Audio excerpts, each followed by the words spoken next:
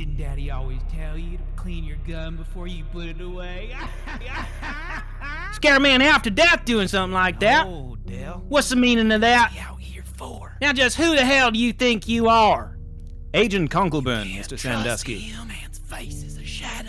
Where'd he come from? That ain't a real name. I ain't calling you that. It ain't got no meaning. Smells like city folk. Fed. Do you talk to Fed now? Oh, he's Man's face hunting is a you. shadow. Rufus Conklburn, Mr. Sandusky. This time. Slipping. Rufus, then. Ain't no fucking way. One line of defense left. I hope it holds. Has there been some sort of disturbance out this way? You're lucky you got me. I told you you'd need that bottle. You know what you gotta do. Bring him up. I suppose there has, in a way, Mr. Sandusky. Square him up and we'll make him go sky high. Well, I'm the only one out this way yonder for miles, and I ain't been disturbed, Rufus. Not till now. Just one kick is all it takes, then kablooey. Hey, we might have got off on the wrong foot, but I ain't gonna speak to a man unless I can see his face, know his name, and have a handshake. So why don't you come on up here? Oh yeah, bring him in. Real close. That's nice. I know what you gotta do. Bring him up. That's it. Just 2 steps more. Ooh, you're slipping. You're slipping. Ooh, you're slipping. I think it's time for you to invite me in, Agent Sandusky.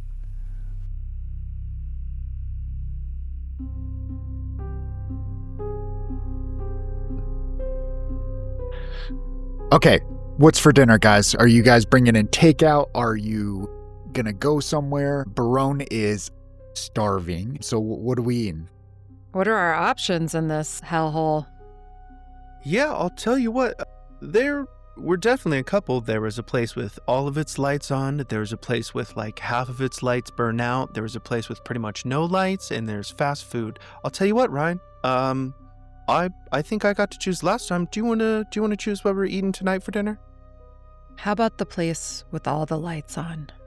You know, that rings so fucking true, and I could eat a horse. So yeah, let's get to it, and I'll grab the keys, and start walking towards the truck. Great. You take the brain with you, or are you leaving it in the hotel room? We are not leaving that brain anywhere. Well, I guess Dell has it, so. No, All right. I think you took specific charge of it because of the call with Butterfield, I assume. I did? Yeah. I think so, unless you're the only one who knew that it was of, like, don't let it out of your sight status, right? Fair. Yeah, so knowing that we are going to go out to the wilderness this time, I think she has her packed. Her M4's in the back of the truck. Everything's ready. I think before we go out into the public, and she does have her backpack on still, I think she's going to take the brain out, and she's going to look at Dell and be like, so like I said, I don't think I'm compromised, but I would rather, somebody with all 7 heads on their shoulders to maybe hang on to this, and I'll hand the brain over to you, Dell. How many did you count? Yeah, I'll take it, and I'll just kind of like tuck it into the side of my coat for now. Swaddle it up in there until we have a slightly more permanent solution. You have a backpack, right? I'm sure there's something. Cool, great, awesome. And then now we'll make our way to the car. So I don't have the brain anymore. Who knows? Dell's got it. You get behind the driver's seat and you take off toward the diner that you ate at earlier. You get in there, same menu, order some dinner.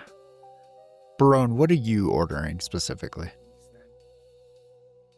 All right, let's see. We have fish and chips and country fried steak and steak fried chicken, country fried chicken. Let's go for chicken. And then I'll order country fried steak, fried chicken, and half a pizza. No, 3 pizza slices. I'm getting the works. Okay. Great. The waitress comes out. She's still friendly as ever. Calls y'all honey and darling along the way. You get your food. Everybody has their food in front of them. You're eating. Barone, you start with maybe the chicken, right? So you cut it with a knife and put the fork in your mouth, and you take a bite of the chicken. The chicken itself, whatever. It's not great, but the feeling of the fork on your tongue makes you salivate. You start to almost drool a little bit once that fork touches your tongue. You find yourself, you know how when you have like a sore tooth, or like if you have ever got your wisdom teeth taken out, you can't stop putting your tongue in the spot where it was, or you can't stop pushing on the part of your mouth that is sore. It feels like that as you lick this fork. It's hard to take it out. Interesting. Okay. Yeah. Okay. I think I'll try and maybe not make that known per se, that I have a sudden infatuation with metal in my mouth. Yeah. But stick to the foods that require forks entering my mouth. So all of the, all of the chicken stuff goes first. I ignore the pizza altogether. As I'm scarfing this on down, am I getting less hungry or just more uncomfortable? You don't feel satiated, but you feel very full. Like your body is fed, but there's some like yearning for you that's missing by this meal. And the fork it feels, you want to swallow it, but you don't, so. Huh. Interesting. Okay. Man, I forgot to even wash my hands. I'm going to get up and go to the bathroom to wash my hands. Dell, across the way, has it at all been like when a politician is in the back of a press briefing and they're blitzed out of their mind on cocaine and he's just like rubbing his tongue all over the fork and he's just like, play it cool, Barone, play it cool.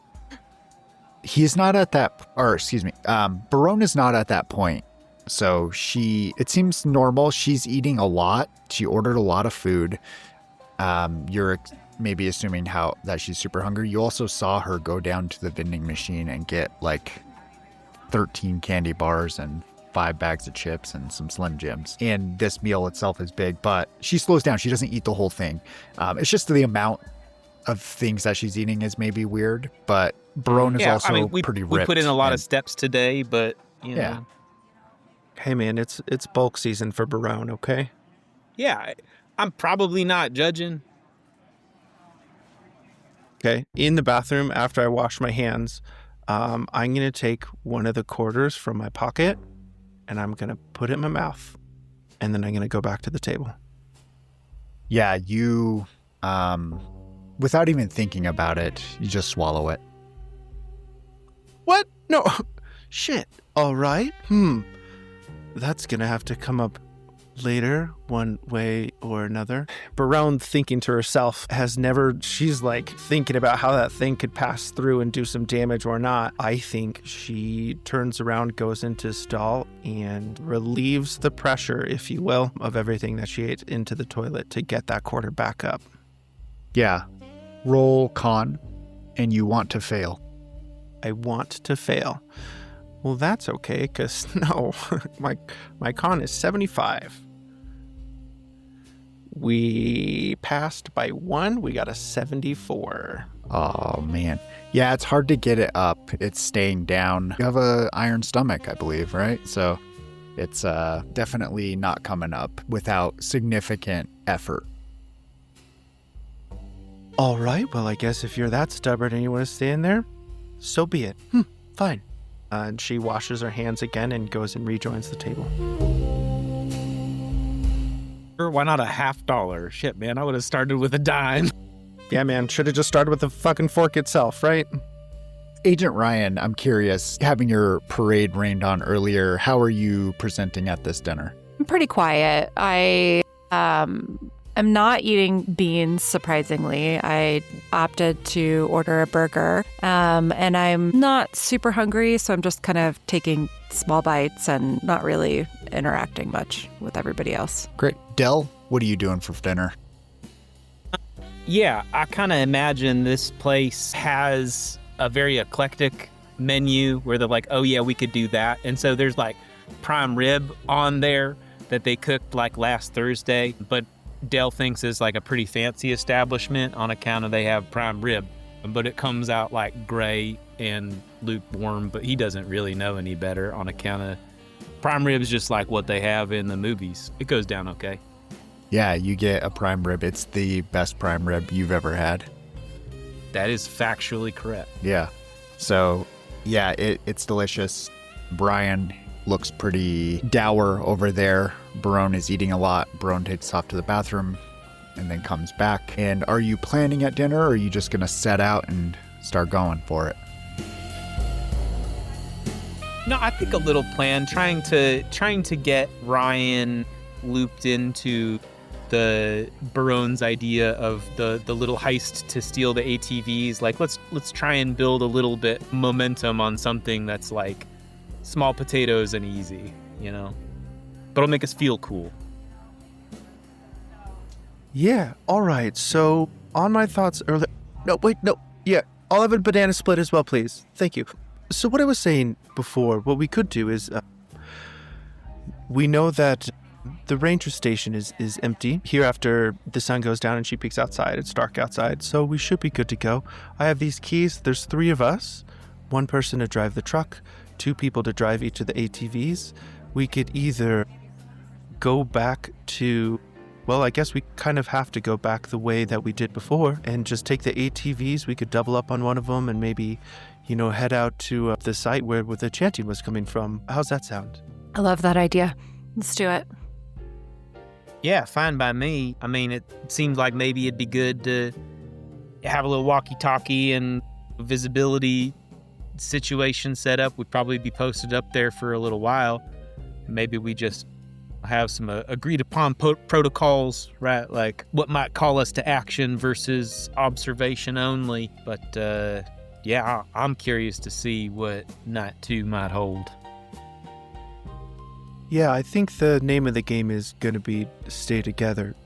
I mean, we've seen enough of those horror movies where if you split the party, obviously you die, and I know I don't want to be alone right now, or pretty much ever again. So maybe we don't split the parties, stay pretty close, and find a vantage point once we park the ATVs near the swamp, I guess. Yeah, deal. Say, when it comes to that algae, if dawn were to rise and there were no nefarious creatures around and we had our way with that swamp, what occurs to you that you might do with that algae, that being out there? I think in war, if somebody retreats, they have obviously had it in their mind that they have lost and the will to fight has been taken out of them. This creature did attack me, but it did also retreat as it was defeated. Del, I'm not going to go out my way to kill things that don't necessarily need to be killed, but at the same time, this is mission number 1. If we need to hunt that down, and that is our primary goal here, you're going to have to lead the way, but I can follow. Well, I mean, that fish creature, I mean, I don't know, maybe it's mighty in its own right, but it seems more like an underling, like subservient. I'm not so concerned with that as I am whatever's bringing them to that place. That algae, this network, the connection, like, it seems like something we can't rightly leave behind intact as it is, you know? If there were some way to disrupt this whole hive, this algae, this connection, I don't know. I'm looking for ideas. Explosives. Who knows what? Yeah, I mean, Ryan, Del, do we have any of that?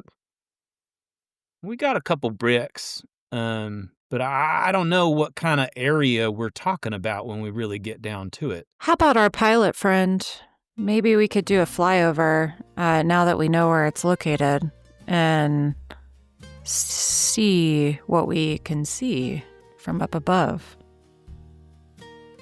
Yeah, I'm not opposed. His window of waiting may have closed, but not a problem to give him a try. Yeah, all right. Yeah, sure. Let's circle back. I can tell you right now, though, I'm not heading into that swamp unprepared. I mean, this time we're mosquito net top to bottom with a big old gun in my hand. Like, in the nighttime, I'm not worried about coming across anybody and being passed as hikers. Like, I'm coming for them.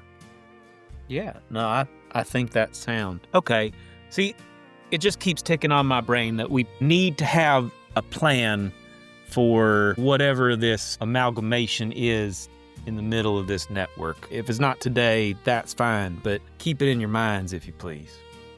Yeah, for sure. I say we get to next steps when we get to next steps. Step 1, get the check somebody's going to have to pay that. Step 2, fetch the ATVs. Step 3, go to the swamp and hope for a chanting circle to give us next directions. I think if we don't get that step 3, then we figure it out from there. Yeah, all right. Yeah, I'll walk on up to pay the check, and the woman's like nursing a hand cramp as she is writing out the itemized receipt for the bureau. Perfect. You get the check. She gives you very gracious goodbyes. You get in the car and are kitted up and ready and drive out to Boggy Depot State Park. It is after nightfall, and you know the ranger station closes by then, so you just rolling in straight there. Yeah, I think so. With Barone driving, knowing that the ranger station is closed, I think we go right on in. I mean, I think we maybe stealth it a little bit, and when we get close to the station, we turn the lights off and roll the truck in, and then let's start from there. Let's turn the lights off and roll the truck in once we get close to the station itself. Yeah, you're able to flip the lights off. There's no gate or anything. Doesn't get enough traffic to warrant that.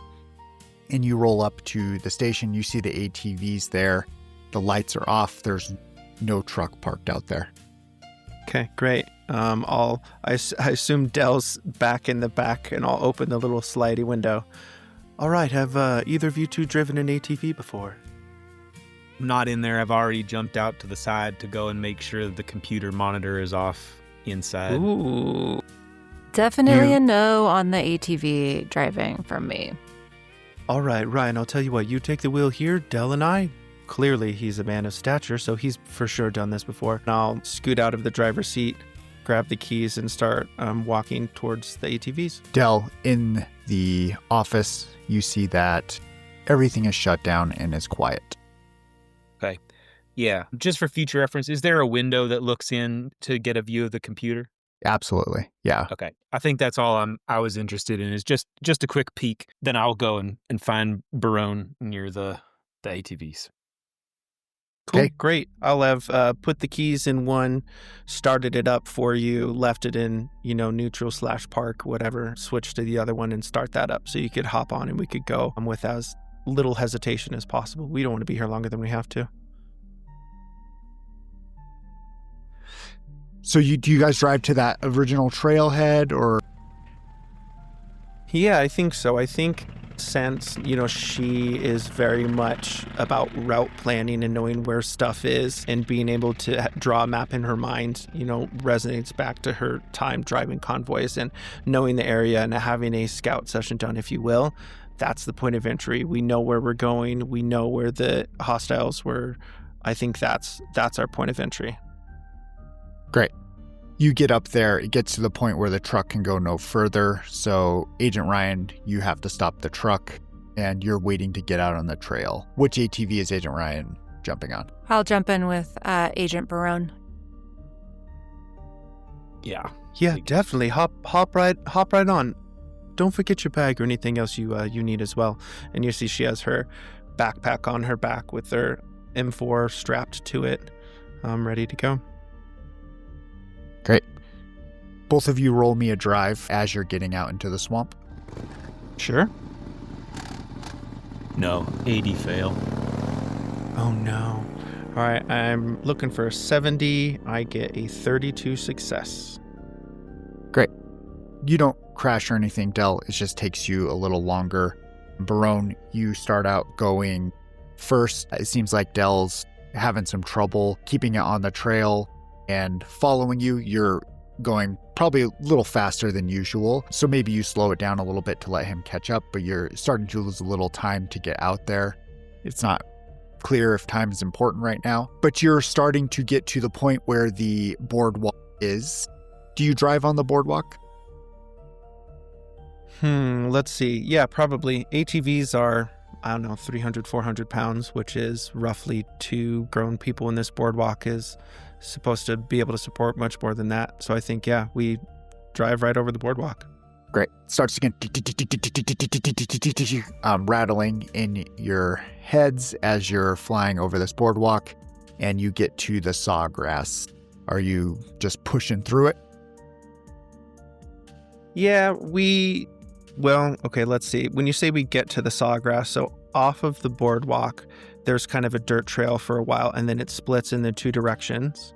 And there's like a swampy, moggy area. Is that where that direction, is that where the crash was and where I got assaulted and where we're heading? Or So it is? Okay. yeah, so on the boardwalk, you can see in the distance the algae area of the swamp, right off to your left. And to get there, it's pretty watery next to the boardwalk. With the ATV, you'd have to go through the sawgrass and circle around to where you walked to it before you were assaulted. Does that make sense? I'm going to say yes. Sure. I think the ATVs, we know there's a clear, dry walking path from the boardwalk to the town, and then there's the moggy, swampy area. I think we don't want to push our luck with ATVs. We know that this is going to get us to the town and beyond and a quick escape. I think we leave them on the trail. Nobody's going to come across them. So I'm going to pull up and park and say, all right, guys, I think it's probably a foot from here on in. Well, I was going to take a thread out of my like sewing patch kit, very thin, nothing to it, and I will tie it tree to tree so that if we were walking back and we couldn't see as we've stashed them off to the side, like under the underbrush or whatever, that like we will be notified that we are at the place where they are. Brilliant. Great. You're able to mark it, no problem. Del, you have a night vision scope that is not attached to your rifle. You can attach it or you can use it. Agent Ryan, you have the night vision goggles, and Barone, you also have a set of goggles. Oh, I do. Okay, great. Yeah, I forgot about that entirely. Yeah. All right, goggles on, I guess.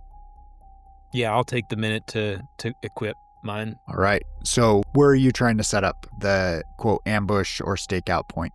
I think I want to be able to have eyes on as many places of interest in the swamp as possible. Like decidedly the place, the origin of the footprints and the chanting circle, any sort of impact point. Like, you know, maybe this is 30 feet up in a tree and we make a little, like a little canopy for the night. There are plenty of trees that are still pretty low hanging, so you wouldn't get 20 feet up in one, but you could get a good 10, 15 if you wanted. They're small. If it helps, yeah. Yeah, you get to the area where the sawgrass was, and you assume the ritual happened where you found a lot of the footsteps, the footprints, and the place where you saw the trail of something being drug earlier. And you can set up and hide in the sawgrass, or you can walk into the swamp a little bit and get into the tree. There's not a vantage point that can see through the sawgrass where the ritual likely was, because the trees are a little further from that point, but you can go in there if you like. How exposed would Dale feel being perched up there to other outside observers in the swamp? Like if he went into the tree to get that vantage point. How exposed would he be? You're closer to any flying object that comes over. That's what comes to mind. Okay, but not especially to like line of sight people on the ground. You feel like if they weren't looking, they wouldn't see you up there. All right, then I'm gonna go for it. Great. Give me a Awesome. athletics or dex, whatever's higher. Yeah, let's try Dex. 47 out of 75. All right. Get up the tree with your pack. Have your rifle out. Agent Barone, what were you going to say? I was just going to say, yeah, Barone's going to help Del up and be like, alley-oop, help him up, and then take out her M4 at the ready, sitting at the base of the tree. I assume next to Agent Ryan. Is the ground like a trail, like a dirt trail at this spot? You've passed through the trail and have gone into the sawgrass and then past the sawgrass to the forest. But you can stay in the sawgrass. You can even stay back at the trail. It's all near each other. Okay. Yeah, I was thinking I would be on the dirt trail near the sawgrass, just kind of like making a triangle with our bodies to get, kind of full coverage. Also Awesome. using my night goggles and ready with my gun as well. Love it. Once Barone settles in, she'll kind of hunker down next to the tree and look over at Ryan and give a little, okay sign. Ryan does nothing. Brian flips you off. No, I'm just kidding.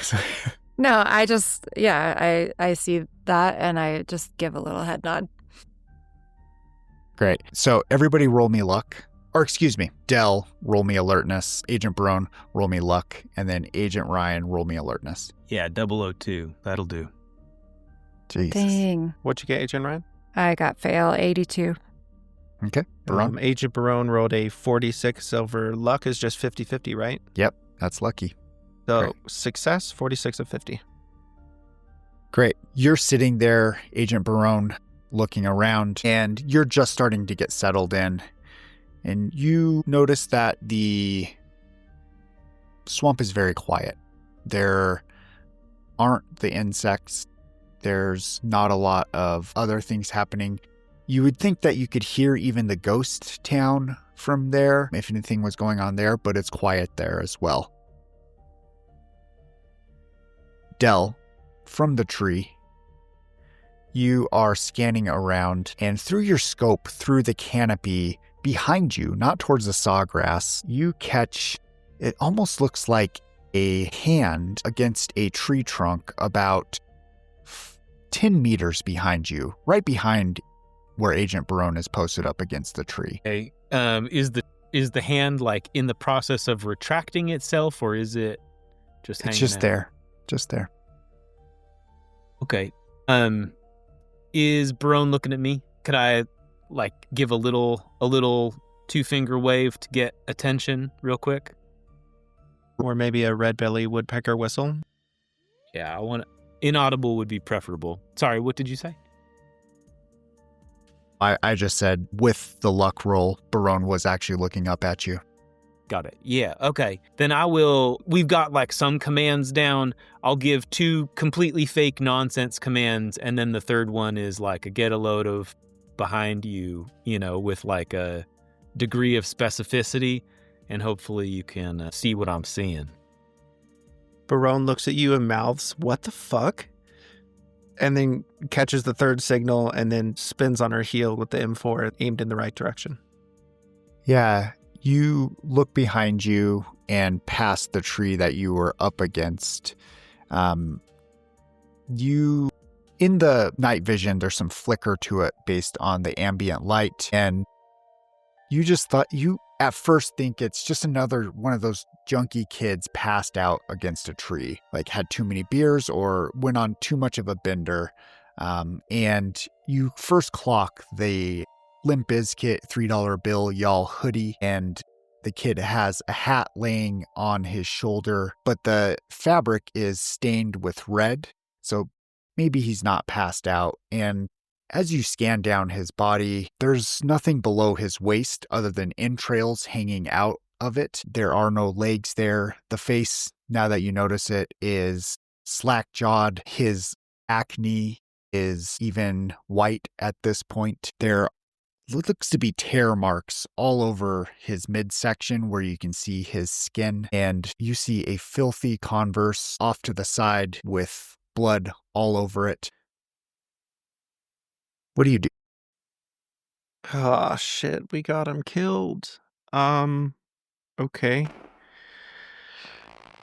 This doesn't look to have happened just now. This looks to be something that was old. Or can I tell? Seems earlier. Yeah, it's hard to tell. Seems earlier. Certainly ours, yeah. Yeah, for sure. Okay, Barone's gonna look up to Dell and do like the sign for like eyes and like on herself. And then she's gonna start springing that trap. Let's see what we got here. And I'm gonna stay low and let's say like crouch walk in that direction. You walk over slowly. Go ahead and give me a stealth roll. Impact grenade in teeth. Yeah, right. Okay, stealth. We're looking for a 30. No, oh my god. It's a 77. That's a crit fail. Okay. You walk and you get close to the body, and there is a god-awful smell coming from it. It smells like the swamp water mixed with a coppery rot. You are in a slaughterhouse. suddenly. It just is an overwhelming stench of death. And you get a little lightheaded and you fall down for a brief second, blackout on the ground, and hit the ground. Agent Dell, you see Barone's form just kind of slap against the ground. What do you do? Yeah, I mean, I am leaping 10 feet out of the tree into the muck, pulling my boots the 2.5 feet out of the mud hole that I just created and trudging my way over as fast as I possibly can. You run over to Barone. She's on the ground, just waking up, blinking. Agent Ryan, can you roll alertness once again for me? Yes. I got a 65 fail out of 45. Okay. You are staring across. You see Barone take a fall, and you're focused on that. Before you know it, out of the water, a figure starts bolting towards the shore, towards where Dell and Barone are. You don't get a chance to get off a shot, but you see it, and it briefly turns around, and you see a large gash where it was stabbed recently, and the face is a distorted parody of a human from that distance through the night vision, and it has a deja vu effect on you when it turns and looks at you. There's a grin on its face that you swear you recognize. Where do I know where I recognize it from? Not in this moment.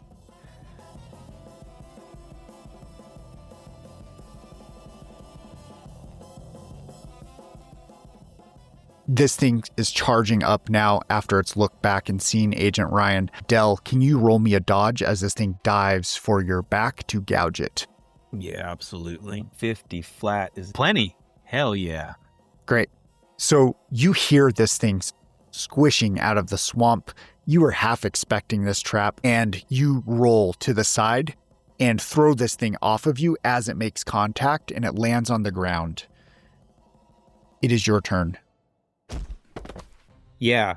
The 3-point landing, the third point is the barrel of my gun, which I put a thumb into to squeeze the plug of peat out that is now entrapped in there. And then I am just going to put it on full auto and bring it up blasting so that there's 12 shots in the muck before it gets to the feet of this creature. Yeah, give me the firearms roll. You will hit this creature, but we just want to look for crit fails. All right. Not today, just a 10. Beautiful. Give me lethality. Beautiful words, beautiful words. 55 for 10 total. All right. Your rifle careens up this creature, and it's midsection, and it just hits it one shell after another, and one of them hits it straight in the jaw, tears off its jaw, the back of its head explodes, and it flops on the ground beside you. Agent Barone, you were looking through night vision. The muzzle flash has temporarily blinded you. Agent Ryan, also, it's very bright as it's gone off. You almost put your hand in front of your face, but then hit your goggles a little bit. And there is another one coming straight at you, Agent Ryan, but it is your turn. What are you doing as this thing is lifting itself from the swamp right at your feet? Definitely taking a shot with my gun. All right, roll your firearms. And at this range, you have a plus 20. Okay, thank God, because it's not very high to begin with. Oh my God, just failed at 44 out of 40. No. Oh, that's a crit fail too. Yeah. Mm-hmm. Yeah. You are startled. The muzzle flash has added a strange artifacting to your eyes as you look down, and you point down and shoot and realize that you had the safety on. You will have to take your next turn getting the safety off.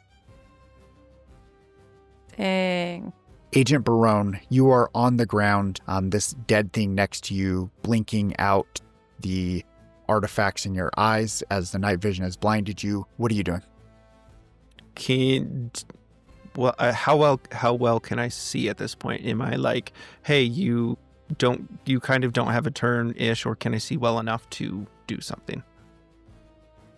You would probably have to use your turn to get up and survey because you are laying on the ground looking up at Del as he has just blasted this thing. Yeah, I think the next thought is, okay, the trap is sprung. Maybe they're not the only one. I think that's exactly what I do. I'm going to use my turn to get up, get back to back with Del, and pull the rifle up to the ready and do a quick scan around the area if I could, please. Yep. As you're scanning, you clock something coming out of the water at Agent Ryan's feet, and then you see the gun, you see him pull out his gun and fiddle with it. You're not sure what's happening over there. It's a little far away. Okay, but I don't have time to take a shot yet, correct? Not yet. Okay, as I'm seeing it, I'm at least going to reach behind me and tap Del's shoulder and point in the direction of Ryan. Great. Agent Ryan, roll your dodge as this thing reaches up to grab your leg and yank you into the swamp. Joke. I got a 82. Okay. I'm just killing it over here. You feel the claws wrap around your calf and just yank at you, and you slip down and your ass hits the dirt path and it starts yanking you towards the water. The claws are starting to dig into the muscle of your muscle through your pants. Del Sandusky, it is your turn. Yeah, help me with the distance of Ryan to creature to water. So the creature is holding Ryan, and you are about 20 meters from there. And the creature submerged, still just moving towards the water. It is moving towards the water and fully out of it right now. It stood up out of the swamp as if it were like a crocodile in wait laying there, and has stood up to pull Ryan in. It's bent over, but yeah.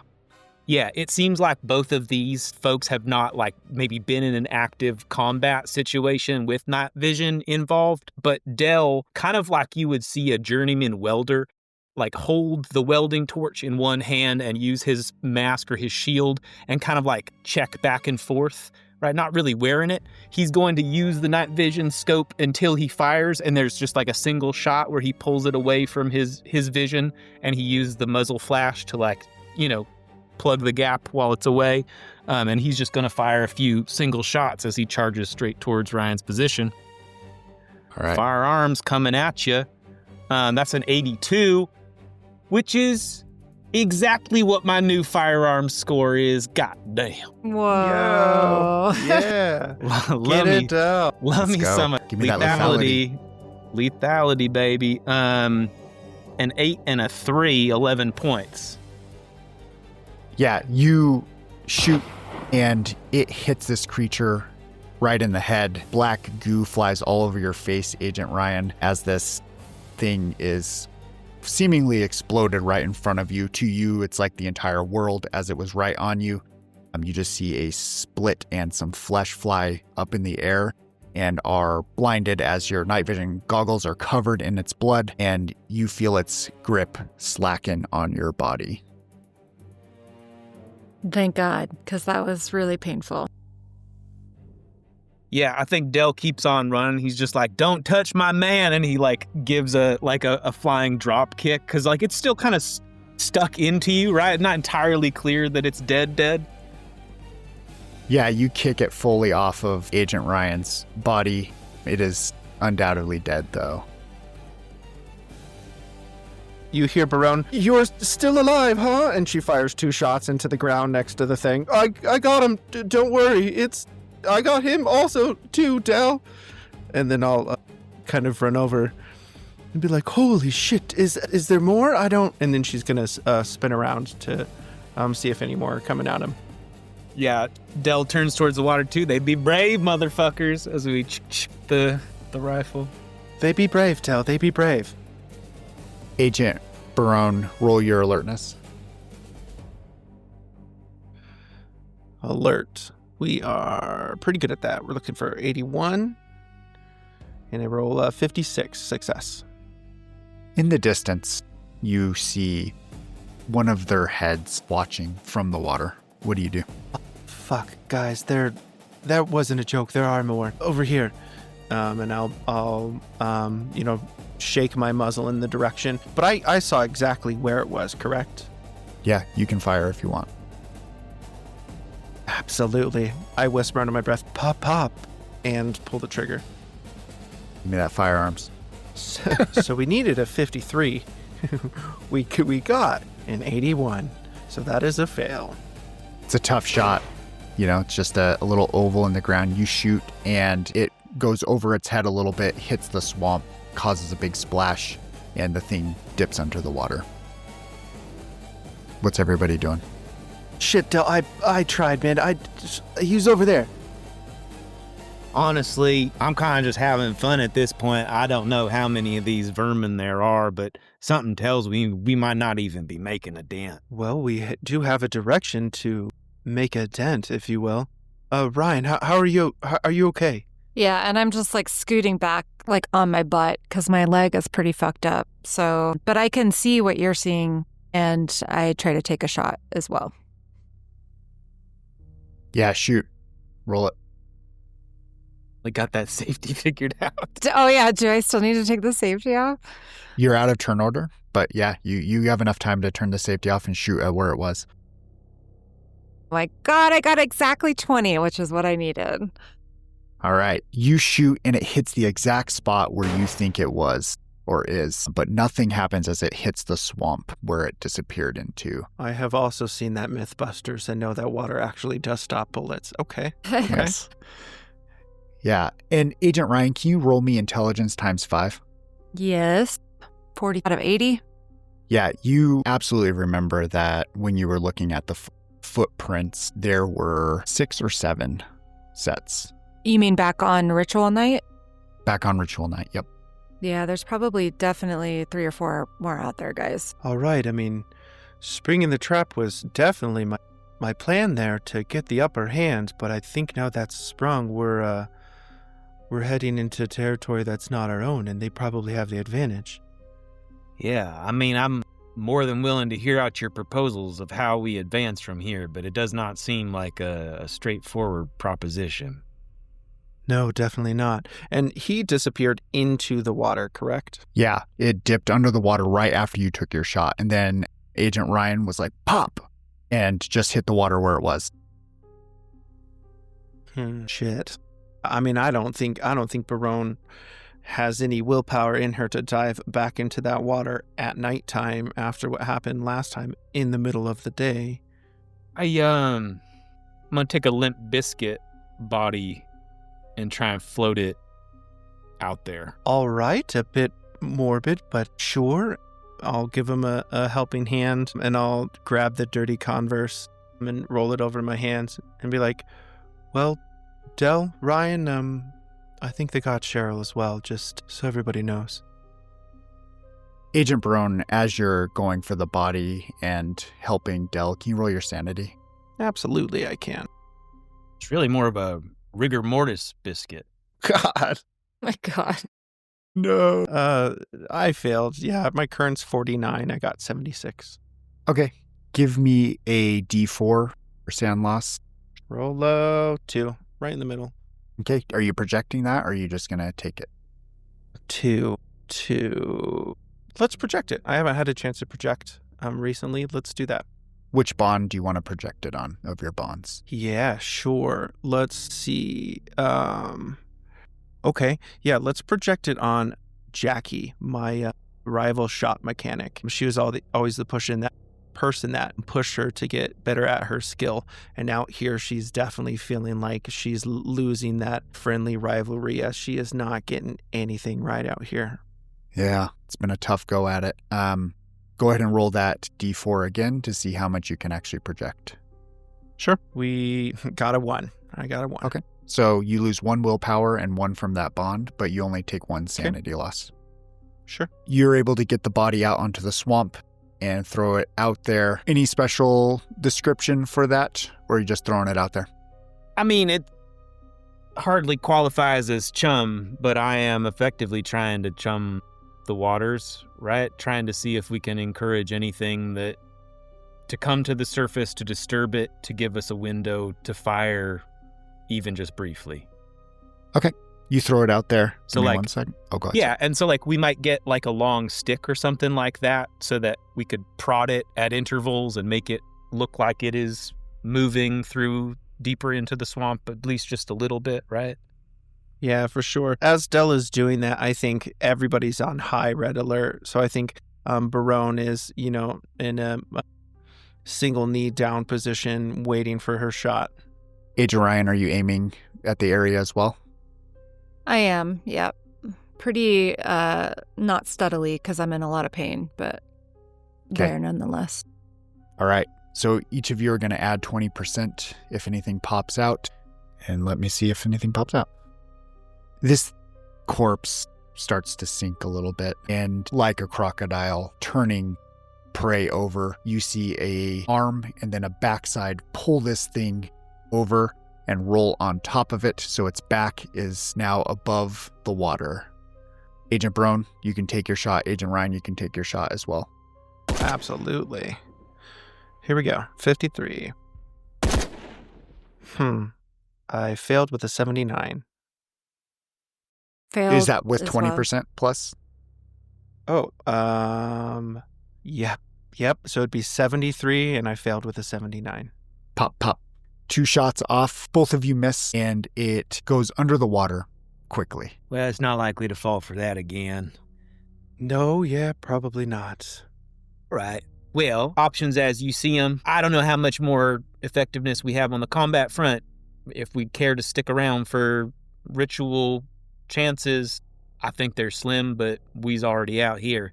What else do you see in our cards? Yeah. Taking a look back around. So before, when we waded out to the semi-clear area, I could look down and I could see not an orb, but like an egg-shaped thing in the water, correct? No, it was a head, right? The head came out of the water. Oh, that, basically. yeah. Yep. No, I'm misremembering. That was the head. That was the first time we were here, not even the second time when we saw something crash. But there was a path before that we saw something where something was pulled from the water and drug in a direction, and it had pushed the grass down. Absolutely. Which way was that? You would just keep walking deeper into the swamp past where you found that kid's body. Okay. Yeah, I mean, you're right. Del, man, I'm sorry I botched that too, but the only other lead I could think of is when we were here before, there was that path where something was drugged kind of back that way, and I point in the direction of where it looked like something was drugged before. That's all I got, because I'm not going in that water. Well, shoot, I mean, we's already here if we want to go take a look. I'm curious just like you. Yeah, let's. Ryan, how's your leg? Not very good. Yeah, is there a way for me to know like how badly I am injured? Yeah, roll a d. Let me get that dice. 1 sec. 5? You can barely stand on it. No. Well. Oh, no. Okay, well, I'm probably not walking very far from where I'm at then. Yeah, I think maybe I will go back to the ATVs and fetch up a couple of tent poles. I imagine we packed at least 1 tent in our bag in case we had to spend the night out here, and I'll fix up with duct tape, like something that will splint your leg to at least make it a little more bearable to walk. Okay. The ATVs are about a 10-minute walk and a 7-minute jog from there. At the ATV, can you roll your alertness? Sure. 44, critical success.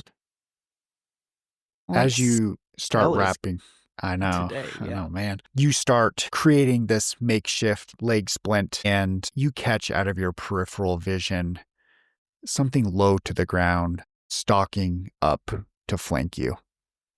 You have first action. What do you do? Yeah, I continue as though I had not noticed with like my path undisturbed, and then I am simply going to, it's off to my right, I will roll off to my left and do a quarter turn and fire as I do a little back tumble. Great. Roll it. Arms, baby. 28 is plenty low enough. Lethality says a 1 and a 7, 8 points of damage. Okay. You fly backward. The recoil pushes you back even further as you're firing, and the 3 shots hit it. It is still coming, and now it is running fast for you. It dives for you. Roll your dodge. Minus 20 because you're on the ground. Yeah, no, the minus 20 does me in. Okay, roll a d6 as this thing runs and dives on you with a death wish and rakes your shoulder down to your chest. 1, man. I hope it was worth it. Yeah, so you take 1 damage. It's a little bit of a scratch. It feels deep, though. You start to bleed. It is back to you. I mean, it was my favorite shirt after all. Yeah, I think I have a combat knife on the end of my gun that will kind of like swivel out, almost like a bayonet that affixes into place. And I'm gonna do one of those and just like charge this thing right in the sternum. Yeah, it's laying on top of you. You just have to reposition to stab it in the side of the sternum. Great. Yeah, And it's not gonna- quite as majestic looking, but we're gonna try it all the same. You're fumbling on the ground with it. That's right. Is this a melee weapon? Yep, melee weapon. Okay.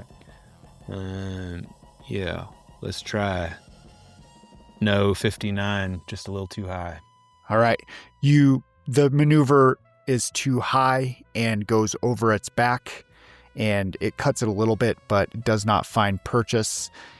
It comes back at you. It opens its mouth and tries to come down to bite at your neck.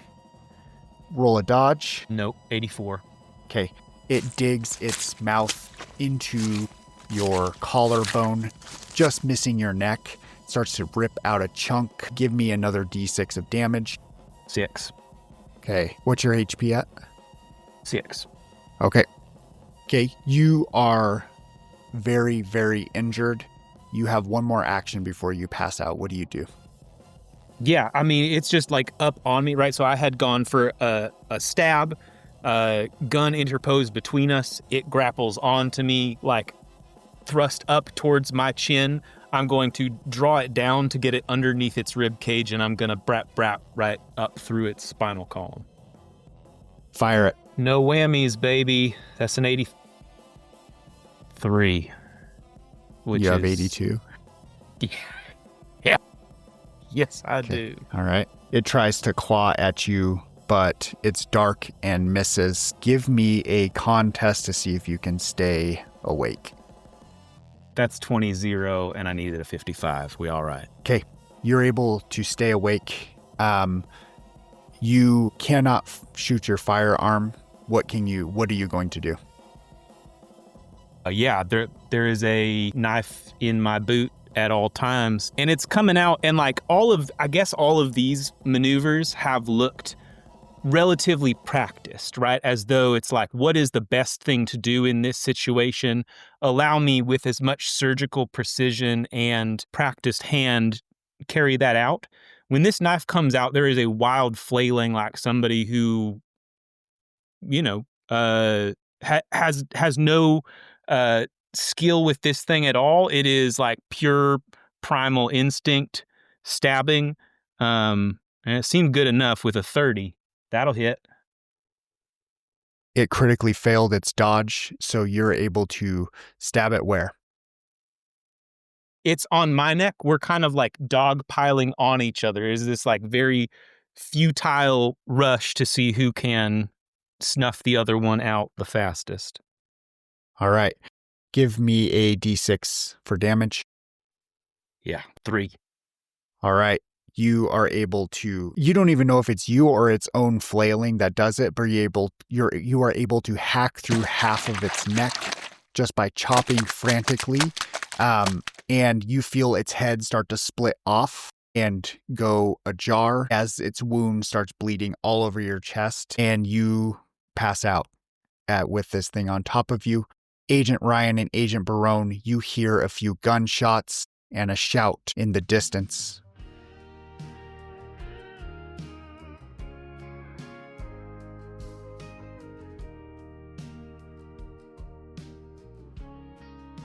Del, as you are fading in this godforsaken swamp, you look up to the sky and see pinpricks of starlight far in the galaxy, staring down at you, uncaring, but those lights start to remind you of a place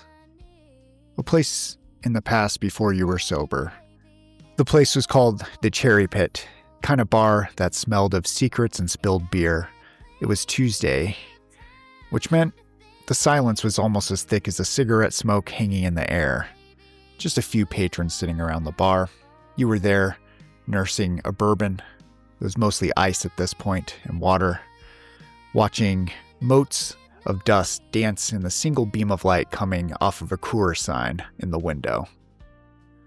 You were halfway through your third drink, which meant you were starting to feel the edges of your own private darkness start to soften. Just then, the door opened, and the night got a whole lot heavier. 3 of them walked in, big men, who seemed to take up more space than their bodies required. Noisy, brutish, they even smelled. They wore leather vests over their flannel shirts. Their faces were roadmaps of bad decisions. But it was the ink on their neck that told you the real story. Jagged, ugly SS lightning bolts. The kind of tattoos that were a statement of intent. How would you look at these guys as they came in? I would do my best not to. Not on account of... I abide it. It's just... I've seen them roll through, and usually just best to clear the way till they get out of your space. Yeah, they moved in, heavy, bovine almost, men of certainty. Looked like they've never lost a fist fight, and they didn't plan on losing one tonight. Then you saw the waitress, Abigail. She moved through the gloom of the Cherry Pit like she owned it. The Pall Mall dangling from the corner of her mouth, smoke curling up past her eyes like she had seen too many closing times. She was pretty in a way that, your hard life could only show you. She was a hillbilly princess, a spine made of rebar, and a confidence that you hadn't seen much in your times. And she said, "What can I get you, fellas?" Her voice, low, gravelly purr. She didn't look impressed. She didn't look scared either. The biggest man, he had a beard of rust and a gut straining the buttons of his shirt. He grunted and pointed a thick, greasy finger at something in the back of the bar. The other 2 men walked to the back. Back there you saw a Native American. Maybe he was Hispanic. It was hard to tell in the dark. You didn't frequent the same bars a lot, so you didn't know any of the regulars. And 2 of the men walked up to him, and you started hearing a little scuffle in the back. Yeah, I think I would drink the dregs, my third drink. I would loudly announce that I was standing up from the bar the way the bottom of that glass contacted the wood. And then I'm going to stand up and make an obvious pass towards the restroom, swaying in their direction. As you get closer, you hear one of the men laughing and grabbing the man by the shirt, and you hear, "Get the fuck out of here," and you're stinking up the joint, come from the conversation.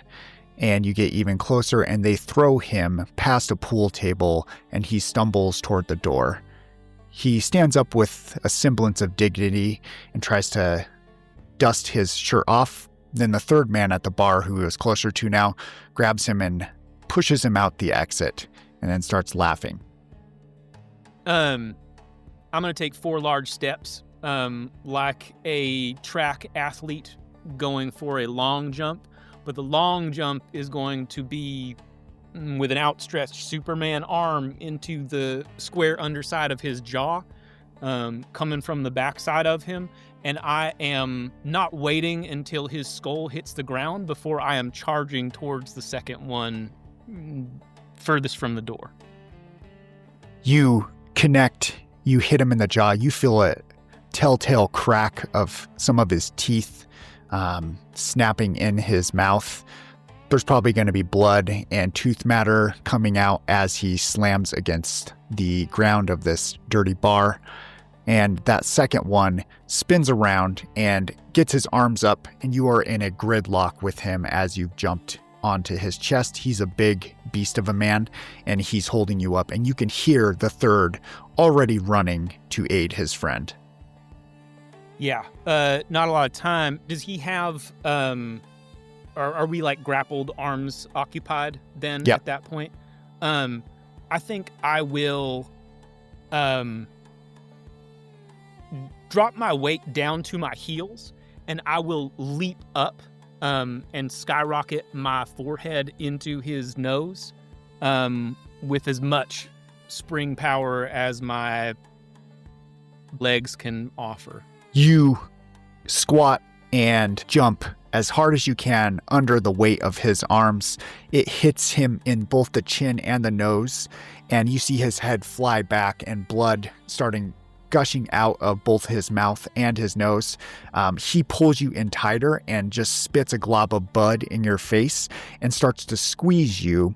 As he's squeezing you, you feel something slip between your ribs into your side as you're assuming you were just stabbed by the other man, and it twists. The agony shoots through your body, and you black out for a second as this man is squeezing you. Any thoughts as this is happening? Yeah, I think the feeling of unfairness, I think, is maybe what Dell is still racked with. Not for himself, that doesn't really matter. Just the notion of like how someone could live their life walking into a place like this and just upending it for everyone else all of a sudden like that, that's no way to be. As you're thinking that, they feel like they could be your last thoughts as you feel the blade exit and then enter your side a little above where it had before. And you hear what must be Abigail shouting from behind the bar and coming around. You find yourself on the ground, and you see her in between these two men as they're standing over you, one bleeding profusely out of his face, looking pissed, the other one holding a bloody knife in his hand. You can't hear what she's saying. You just hear the murmur of them talking and some bated shouts from the men at her. What's on your mind as you're seeing this? It weren't in my plan for anyone to come to my rescue. And as that occurs to me, maybe that was the plan all along. Was I going to leave this place tonight? Well, now I'm not so sure. You see her continuing to talk. Their rage does not look abated. And then a key moment, she places her hand on the man who has a knife in it on his wrist. Maybe there's a sudden flash of fear that you feel for her. But then you see with her hand there, his face calms and he looks down at it. And he looks to you, and then he looks at her. She's still talking the entire time. And then her other hand goes to his shoulder, and she gets a little closer to him, and you see him completely diffuse in front of you. Yeah, I think it never occurred to me that an altercation could come to an end like that, especially one that had started as it started. And, well, suddenly I'm wondering if maybe I ever had the tool to beat all three of them, or if I was kind of doomed from the start. Maybe there's something else out there to know. You watch as the men start to back off from your body on the ground, and the world goes black. You don't see anything anymore, and you're left to your deep, comatose thoughts for some time. God only knows how much longer later. You wake up in heaven. It's white all around. There's a comfy bed under you, something you're not used to sleeping in. By your side is your hillbilly angel, Abigail. Somehow she is still protecting you for some reason. And you look over and she's reading a book, Pride and Prejudice. And she looks up and sees you coming to. Yeah, I think I will sputter some of the mostly dried blood out of my throat. I'll say, "Oh no, they killed you too." You see a huge smile erupt across her face. She stands up and you feel those hands on your chest now. You understand why that man was diffused in that moment. It's all ripped away. You cough. Blood and black bile spurts out of your mouth as you look at the pinpricks of stars above your head in that godforsaken swamp, and then fully lose consciousness. This time Abigail will not be coming for you. She will not be your guardian angel. You feel completely alone.